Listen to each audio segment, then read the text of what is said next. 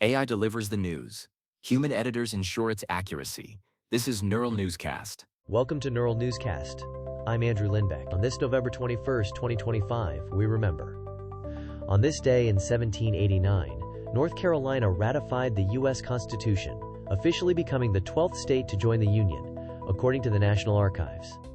You are listening to NNC, Neural Newscast. Subscribe and listen wherever you choose, and be sure to listen to our archive for more content like this episode, published daily at nnewscast.com. Now, let's cover the latest political moves.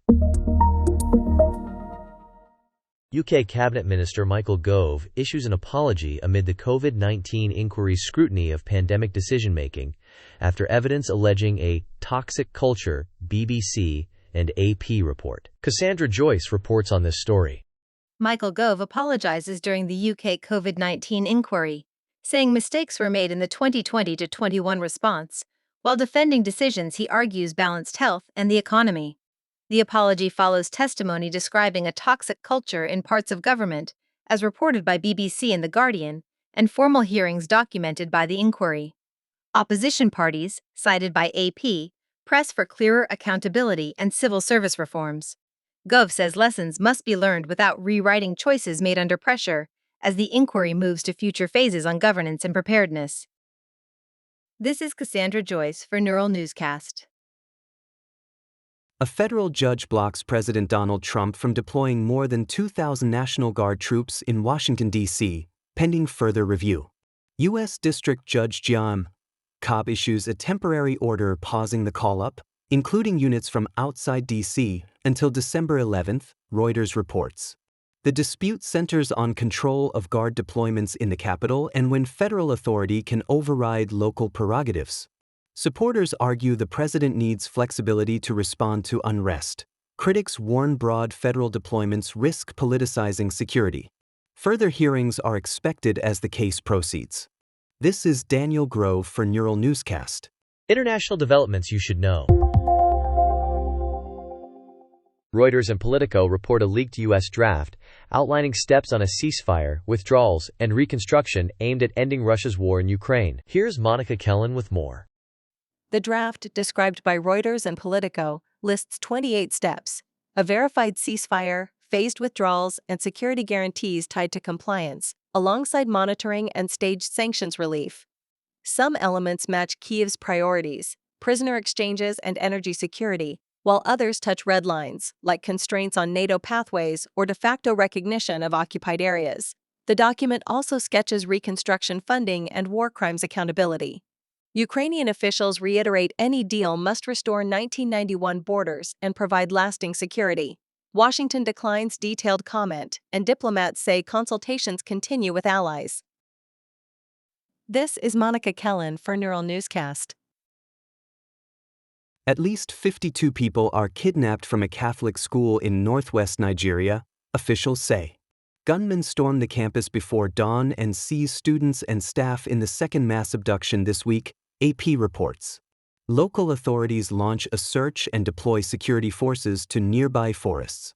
The attack follows years of school kidnappings targeting rural communities for ransom. Families gather at the school, pleading for swift action. Nigeria's presidency condemns the assault and vows rescue efforts, and police urge communities to share tips as investigations continue. This is Daniel Gove for Neural Newscast. Turning to the economy now. A top Federal Reserve official says there is room to lower borrowing costs, boosting hopes for a December rate cut. Reuters reports. Ethan Wells joins us with the latest. In remarks in New York, John C. Williams, president of the New York Fed, says inflation is moving toward 2% and the central bank has room to lower rates, according to the New York Fed and Reuters. He notes the labor market is cooling without collapsing. Futures pricing tracked by CME FedWatch shows higher odds of a December cut, with markets penciling in additional easing next year. A move would lower some borrowing costs for households and businesses while testing whether inflation stays on track. This is Ethan Wells for Neural Newscast.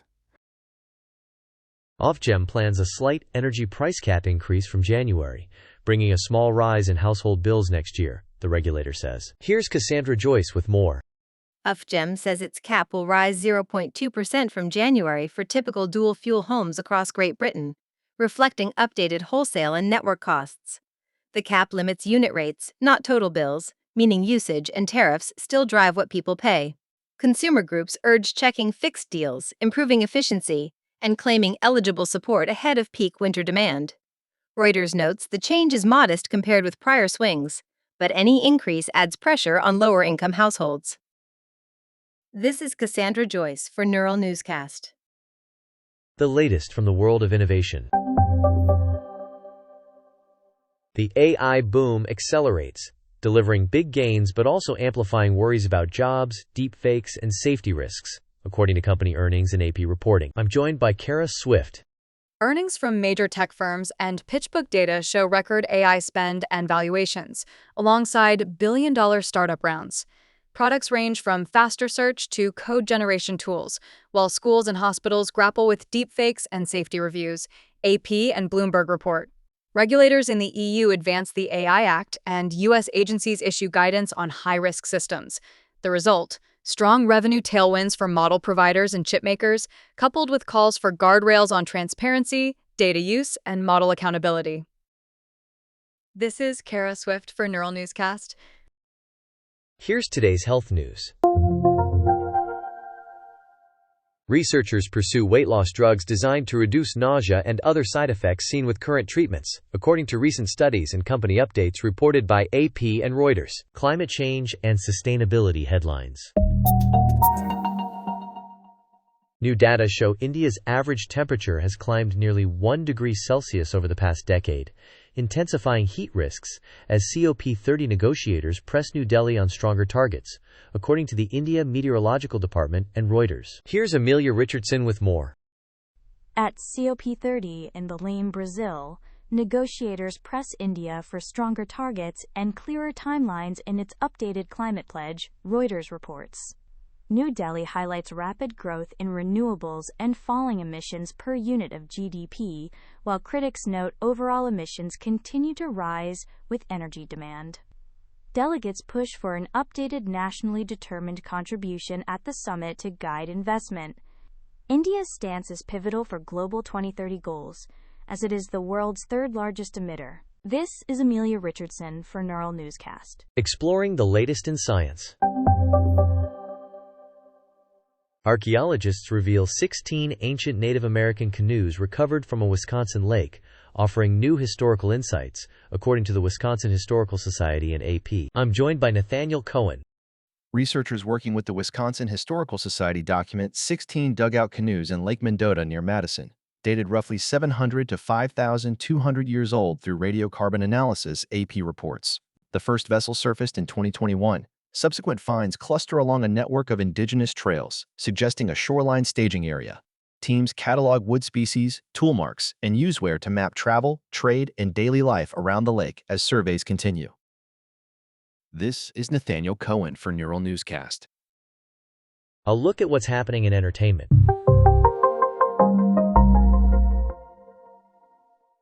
Reese Witherspoon offers blunt money advice after selling her media company and reflecting on early financial mistakes, according to CNBC and Variety. Lydia Holmes has more on this.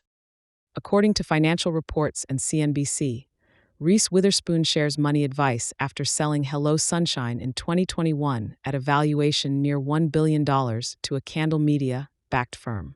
She says early success led to mistakes, like not budgeting and avoiding tough questions. Now she urges learning investing basics and building multiple income streams.